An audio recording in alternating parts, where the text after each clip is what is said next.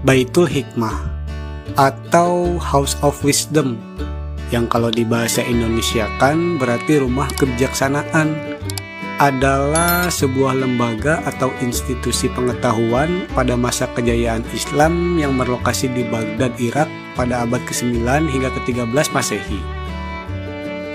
Baitul Hikmah dibangun pada masa Bani Abbasiyah di bawah kepemimpinan Khalifah Harun ar-Rasyid yang dikenal sebagai khalifah yang cinta pada ilmu pengetahuan. Kemudian penerusnya, Khalifah Al-Ma'mun memperluas Baitul Hikmah yang telah didirikan ayahnya Harun ar-Rasyid untuk mengikuti perkembangan ilmu pengetahuan. Baitul Hikmah berkembang menjadi perpustakaan, lembaga pendidikan, penerjemahan, dan tempat penelitian dalam berbagai bidang seperti astronomi, matematika, filsafat, kedokteran, dan bahasa. Di Baitul Hikmah, para cendekiawan dan penerjemah dari berbagai wilayah di dunia, juga dari berbagai agama dan kepercayaan, berkumpul untuk berdiskusi, bertukar pikiran, berbagi ide, informasi, dan pengetahuan.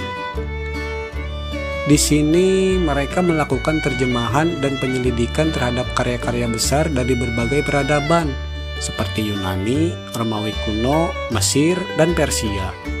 Mereka menemukan berbagai metode baru dalam pemikiran dan metode ilmiah yang sangat penting bagi kemajuan peradaban manusia.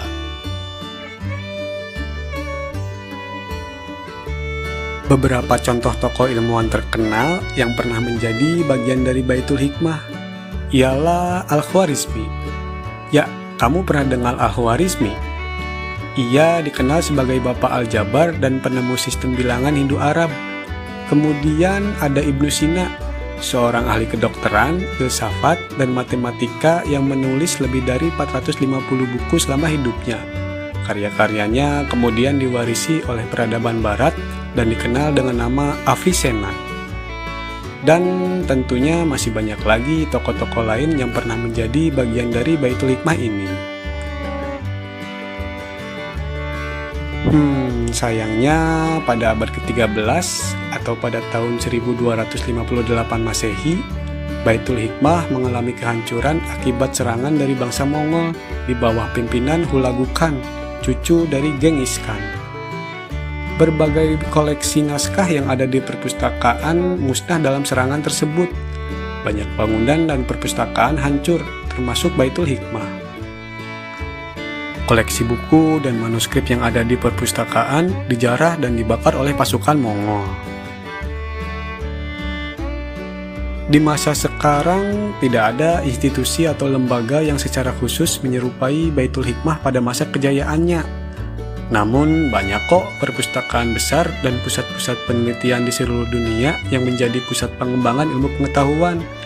Contohnya seperti CERN, organisasi Eropa untuk riset nuklir, yang berfokus pada penelitian di bidang fisika nuklir. Atau NASA, administrasi penerbangan dan antariksa Amerika Serikat, yang berfokus pada penjelajahan luar angkasa.